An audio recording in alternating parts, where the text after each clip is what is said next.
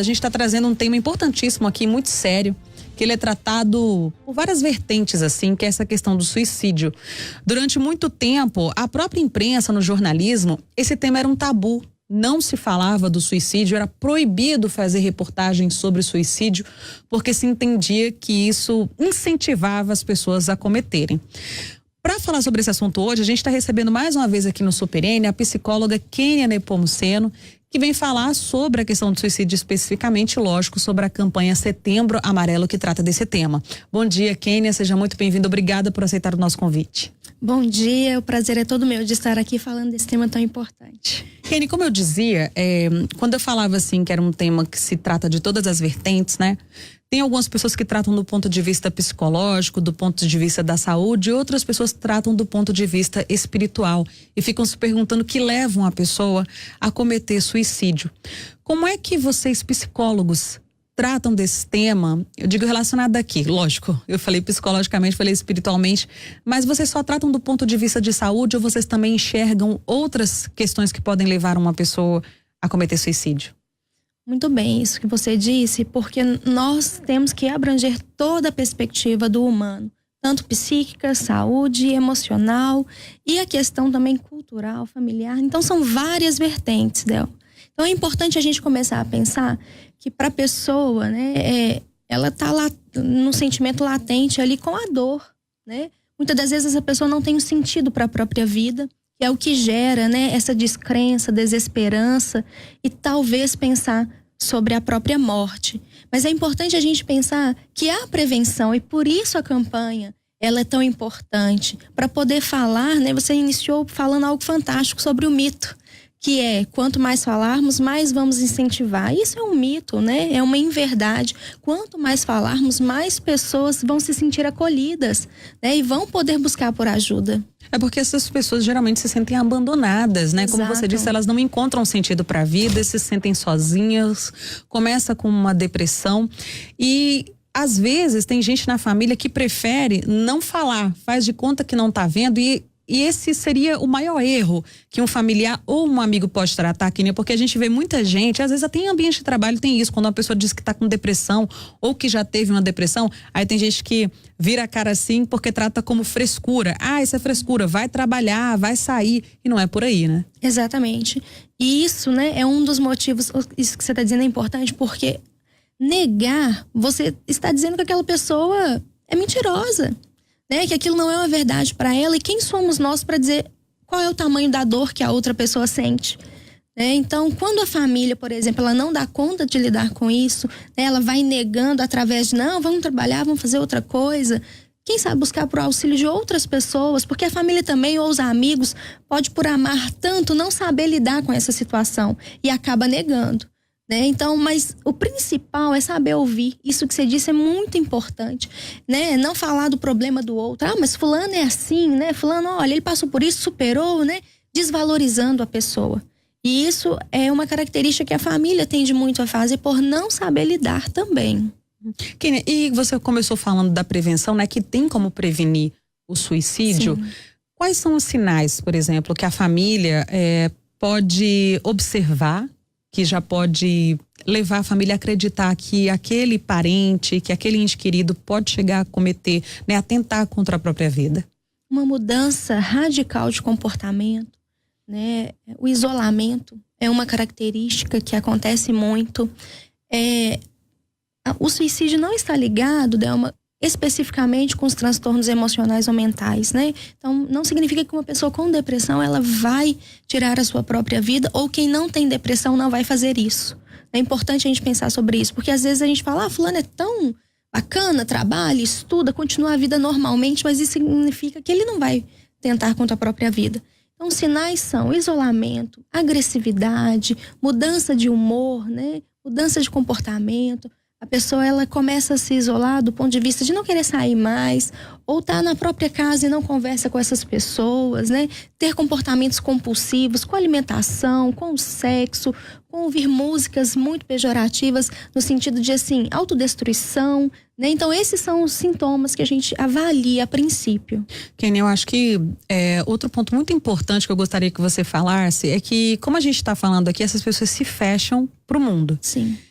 Como abordar uma pessoa, de que forma abordá-la para que essa pessoa possa procurar um tratamento ou conversar pelo menos com outra pessoa, porque às vezes elas ficam tão assim arredias que a família também não sabe como chegar, diz que vai internar. Tem que ter cuidado também na hora de abordar essa pessoa, não é? Muito, muito cuidado.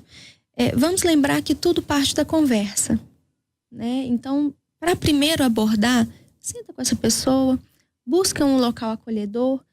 É tudo tão corrido, né? O nosso dia a dia, que talvez não dê para fazer isso. Mas pergunta, tenta ouvir como que aquela pessoa está. Se ela está falando da sua dor, ouve, né? Então, como abordar? Se a pessoa está muito isolada, tenta ir para esse isolamento dela, tenta entrar no mundo dela, né? Não desvalorizando, sai daí, vamos fazer outra coisa.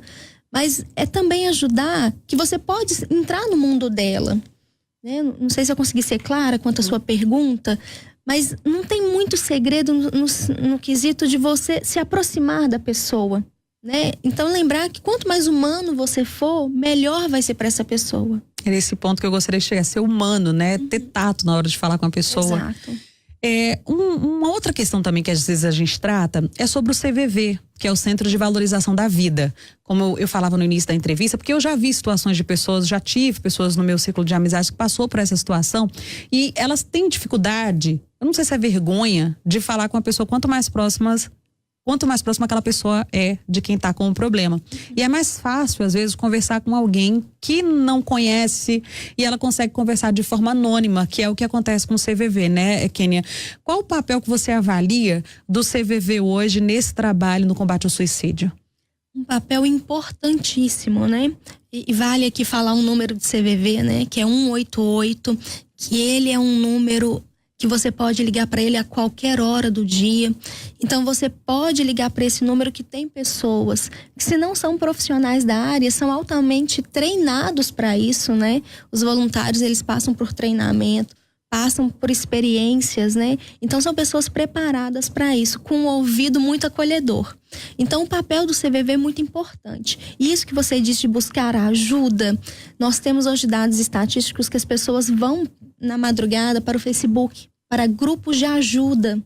Então, tem grupo sim de ajuda no Facebook, mas eu avalio hoje que a melhor definição é 188, que é o CVV. É verdade você ter tocado nesse ponto, e agora jornalisticamente falando, porque a gente acompanhou um fenômeno aí no ano passado de pessoas más, né? Diz que a gente não pode ficar adjetivando, mas é isso, que vão nesses grupos de Facebook se aproveitar de pessoas que têm tendências suicidas, né, ou depressivas, para ficar fazendo aquele tipo de jogo baleia azul, por exemplo, que ficava induzindo as pessoas a se matarem. E agora tem um tal de Momo também, que é uma boneca aí que fica tentando, usam a imagem de uma boneca pelo WhatsApp. Você que é pai, que é mãe, fique de olho nas redes sociais dos seus filhos, enviam fotos e com desafios para essas crianças se matarem. Já levou uma criança de 8 ou foi 9 anos, se não me falha a memória, à morte em Recife recentemente. Isso mesmo. Então, procurar canais de credibilidade, que é o caso do CVV que a gente está falando aqui. E agora, Kênia, a gente está conversando aqui com a psicóloga Kênia Nepomuceno, a gente está falando sobre esse tema seríssimo, importantíssimo, que está levando muitas pessoas à morte, que é o suicídio. Kênia, e a campanha Setembro Amarelo? Como é que ela ajuda nesse sentido? O que é que essa campanha tem feito para ajudar as pessoas que estão passando pelo problema, sejam elas mesmas que estão nessa situação na vida ou algum familiar? Exato. O Setembro Amarelo, eu quero deixar aqui bem claro que ele é de iniciativa da psiquiatria. Então, o Conselho Regional e Federal de Medicina, ele destina o mês de setembro, especificamente, que é o dia 10, que é o dia da comemoração, né, do dia específico para o Setembro Amarelo. Então existem palestras, né, que você pode levar para sua empresa, para o seu local familiar. Tem pessoas que conseguem reunir a família, né, num sítio, num local específico, e levar profissionais para poder falar. Escolas, que hoje nós temos um alto índice, né, de estudantes que tentam contra a própria vida, e nós temos dados estatísticos que dos 15 aos 35 anos agora é o fator de maior risco contra a própria vida, né? Antes era até os 29, e isso já se estendeu até os 35. Então, a campanha Setembro Amarelo, ela vem para trazer essa perspectiva do falar, de levar informação, de levar recursos, né? Então, fala-se muito também de locais de apoio por exemplo, regionais, né? Então você pode buscar pelo NASF, você pode buscar pelos CRAS, você pode buscar pelo posto de saúde, vou dizer assim para ficar mais fácil. Você pode buscar outras formas de acolhimento, né? Então, com o número gerencial, que é o CVV, você vai levar então essa campanha para vários lugares. E lembrando aquilo que você disse no início, não é um mito falar sobre o suicídio. Nós precisamos sim prevenir. Exatamente, Kenny. Só para finalizar a entrevista, não é um mito falar sobre o suicídio, e eu vou tocar mais uma vez nesse ponto, que quando a gente diz que tem que falar sobre o suicídio, é sobre as formas de prevenção, é sobre como ajudar essas pessoas e deixar claro que o problema existe. E não você pegar um celular, ver uma pessoa tentando contra a própria vida e ficar postando isso em redes sociais, mostrando uma pessoa acabando com a própria vida. Não é isso que é falar de suicídio, você ficar mostrando as pessoas tirando a própria vida. Não é isso. É você discutir que existe um problema que pode ser tratado já como problema de saúde, né? Sim. É que eu não vou nem dizer uma doença, porque eu posso tá falando errado, mas um problema de saúde mundial.